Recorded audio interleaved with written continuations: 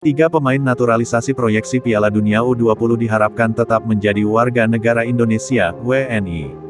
Skill mereka masih dibutuhkan untuk timnas Indonesia. Demikian disampaikan pelatih timnas Indonesia Sintayong menyoal nasib ketiga pemain naturalisasi menyusul batalnya Garuda Nusantara bertanding pada single event sepak bola kelompok umur terbesar di dunia pada Mei tahun 2023.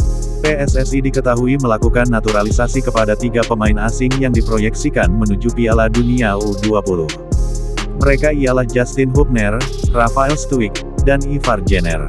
Kesiapan naturalisasi ketiganya pun sudah sampai pada tahapan persetujuan DPR dan Setnek.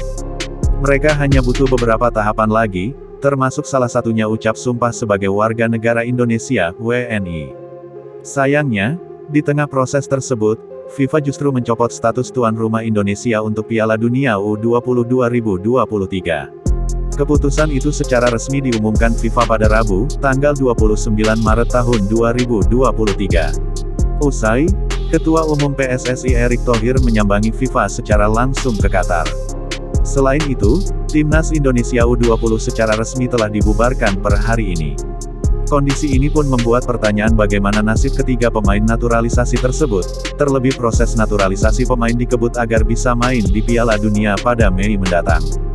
Jujur ya belum ada laporan apa-apa tentang pemain naturalisasi seperti apa.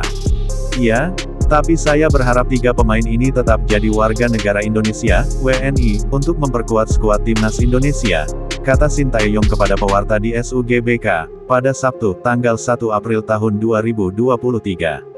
Hal tersebut bisa saja terjadi mengingat Indonesia masih memiliki banyak agenda FIFA Matchday hingga tahun depan.